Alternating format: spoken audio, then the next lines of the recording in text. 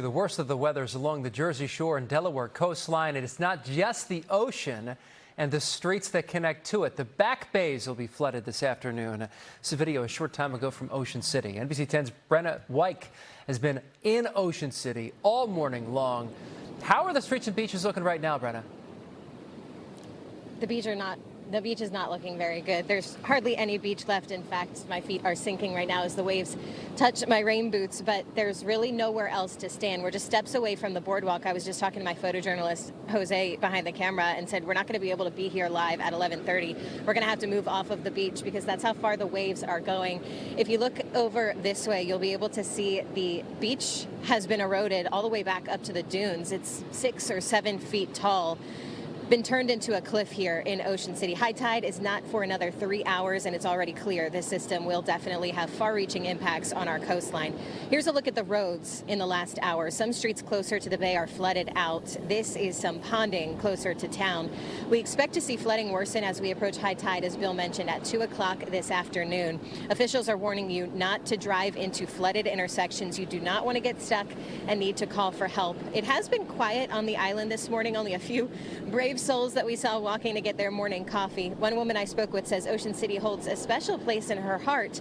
She was more concerned about the wind gusts than the rain that we're seeing right now.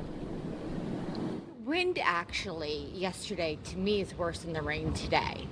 So it was really that wind, all night long with the howling. That was like, wow, what was that? And so the wind to me is more of a factor than the rain. Rain doesn't bother me. Salt air doesn't bother me, Yeah. But the wind has been really crazy to see. It's really crazy to see the beach erosion. You can see some people walking along the beach right now, but there's really hardly any beach left, as I mentioned before. I'm standing pretty much against the cliff that the waves have created here, which used to be dunes, and I'm still getting waves coming up on my rain boots. So Jose and I are going to head back toward the boardwalk. We'll show you another live look at conditions at 11:30. There is a state of emergency in effect in New Jersey right now, but that's just in case they need to evacuate anyone. Right now, no evacuations are in place. We'll keep you updated on that as well. Live in Ocean City, Brenna Weick, NBC 10 News. All right, Brenna, stay safe out there. Shore towns in Delaware, they're also seeing flooding. Parts of downtown Bethany Beach, they were underwater last night. A sign saying water on the road warned drivers to avoid that intersection there. Take a look at first responders on standby in Lewis. City officials said a lot of visitors had already left town at the end of the summer season, but several locals, they're still around, of course. The Lewis fire chief is still reminding people not to drive through standing water. Make sure you've got the NBC 10 app. You're going to get weather alerts on your phone or tablet as soon as they're issued.